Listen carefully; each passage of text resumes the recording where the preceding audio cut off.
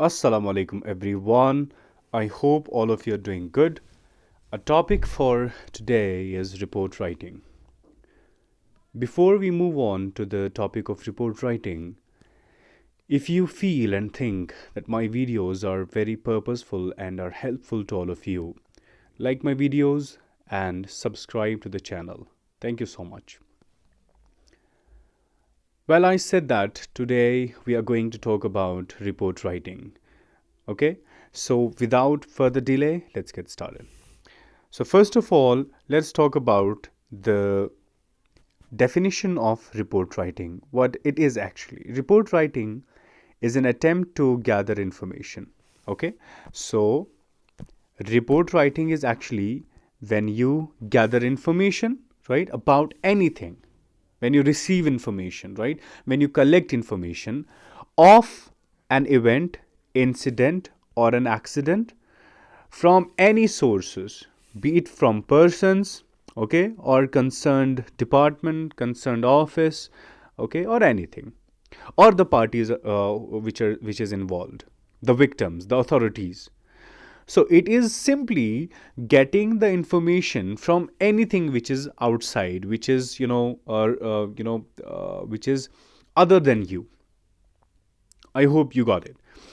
Report writing कहते हैं जब इवेंट हुआ होता है पास्ट में, ओके, इसको नहीं होना है प्रेजेंट में या फ्यूचर में, ये इवेंट हुआ होगा पास्ट में, आपको अब इंफॉर्मेशन गैदर करनी है। आप वो कुछ भी चीज़ हो सकती है, इवेंट हो सकता है, एक्सीडेंट हो सकता है, या कहीं पे आप लोगों ने स्पीच दी तो आपको वो स्पीच कोड करनी है, तो कुछ भी हो सकता है जिसके बारे में आपको रिपोर्ट देनी है। अब ये पहला पॉइंट है। अब इसका जो दूसरा इंपॉर्टेंट पॉइंट है वो ये है कि इसमें हम third person point of view discuss करते हैं, यानी जो भी चीजें आप डिस्कस करोगे वो होगी as a third person. Okay, English में हमारे पास 3 पर्सन्स होते हैं, first person, second and third, right. ये जो थर्ड पर्सन है ना, इसमें हम लिखते हैं ही, शी, इट, दे। ओके, इनके ऑब्जेक्टिव केसेस भी आ सकते हैं। तो हम ज़्यादातर, आप ख्याल रखेंगे जब भी आप रिपोर्ट राइटिंग लिखेंगे तो आप थर्ड पर्सन का इस्तेमाल करेंगे, ठीक है, यानी आप एक रिपोर्टर की हैसियत से लिख रहे हो। समझ आई बात? तो अब हम करेंगे बात कि जो रिपोर्ट राइटिंग होती है इसके कुछ ये पर्पस होते हैं। कभी आप रिपोर्ट राइटिंग न्यूज़पेपर के लिए लिखते हो, कभी आप रिपोर्ट राइटिंग मैगजीन के लिए लिखते हो, है ना। तो जब आप रिपोर्ट राइटिंग न्यूज़पेपर के लिए, रिपोर्ट आपको न्यूज़पेपर के लिए करना होगा, यानी आप जो भी इंफॉर्मेशन ले रहे हो ना, you have to post and publish it to the newspaper. एक दूसरी बात, या तो आपको मैगजीन के लिए पोस्ट करना होगा या तो आपको मैगजीन के लिए रिपोर्ट करना होगा, ये दो है। तीसरा भी आता है असेंबली इसमें, लेकिन वो आपको इंपॉर्टेंट नहीं है। जो हम एग्जाम पॉइंट ऑफ व्यू से अगर देखेंगे, these two are very important. और इनमें भी जो सबसे इंपॉर्टेंट है वो है reporting for a magazine, school magazine. Okay, तो अभी मैं आपको दिखाऊंगा reporting for a newspaper and magazine. Okay, will skip that reporting for the assemblies. I hope you got it. Now, talking about the format of the report, right, which is here.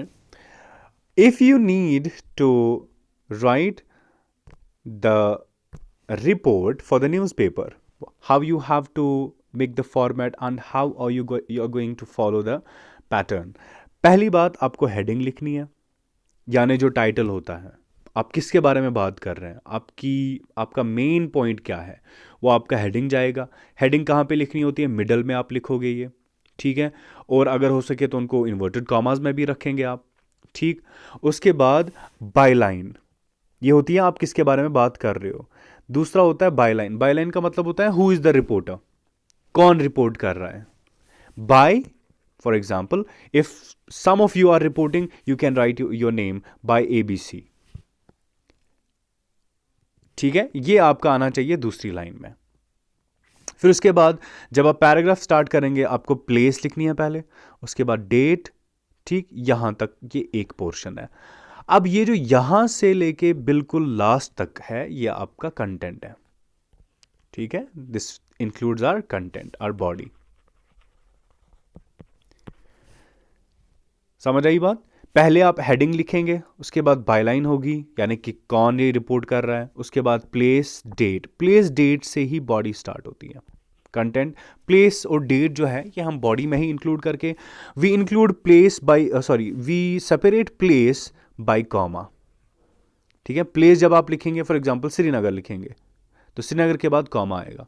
उसके बाद जब आप date लिखेंगे तो date आप लिखेंगे, उसके बाद या तो आप डेट के बाद फुल स्टॉप लिखेंगे।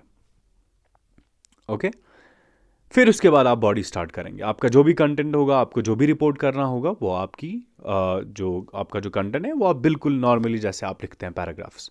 ठीक, अब अगर आपका फॉर्मेट है, आपका रिपोर्ट है स्कूल मैगजीन के लिए, तब आप कैसे आपका फॉर्मेट होगा, कैसे आपको पैटर्न के हिसाब से जाना होगा। पहले हेडिंग बिल्कुल सेम है ना, तो हेडिंग कुछ भी होगी जो भी आपको फॉर एग्जांपल जिसके बारे में आपको डिस्कस करना होगा या आपका जो मेन टॉपिक होगा वो आएगा बीच में, ठीक है, on the top, in the middle. उसके बाद बाय लाइन बिल्कुल सेम है, कौन लिख रहा है, हु इज़ द रिपोर्टर, वो दूसरी लाइन में आ जाएगी इन द मिडल, राइट। यहां से आपको प्लेस और डेट जो है ना ये एक्सक्लूड करना है। किधर पे? स्कूल मैगजीन्स में आप प्लेस और डेट नहीं लिखेंगे, बाकी यहां से और यहां तक आपका कंटेंट है। ठीक, तो जब आप फॉर्मेट लिखेंगे, जब आप न्यूज़ रिपोर्ट लिखेंगे न्यूज़पेपर के लिए, रिपोर्टिंग करेंगे न्यूज़पेपर के लिए या मैगजीन के लिए, न्यूज़पेपर और मैगजीन का डिफरेंस सिर्फ इतना है कि प्लेस और डेट लिखा जाता है जब आप न्यूज़पेपर के लिए रिपोर्ट करेंगे, और इन दोनों को स्किप किया जाता है जब आप स्कूल मैगजीन्स के लिए रिपोर्ट करेंगे। तो याद रखेंगे आपको पहली लाइन हेडिंग होगी स्कूल मैगजीन में, दूसरी बाय लाइन होगी यानी रिपोर्टर कौन है, उसके बाद यहां से सीधा कंटेंट। ठीक है, अब फिर जितने पैराग्राफ्स आप यूज करना चाहो आप कर सकते हो। Now in front of us are 2 samples, right.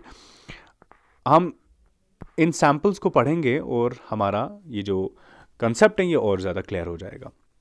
अब देखिए ये हमारा जो है ना ये है न्यूज़पेपर के लिए, दिस इज फॉर न्यूज़पेपर। ठीक है, इसमें सबसे पहले क्या है, वेट अ मिनट सॉरी, सबसे पहले हमें दिया गया है टाइटल विच इज हेडिंग।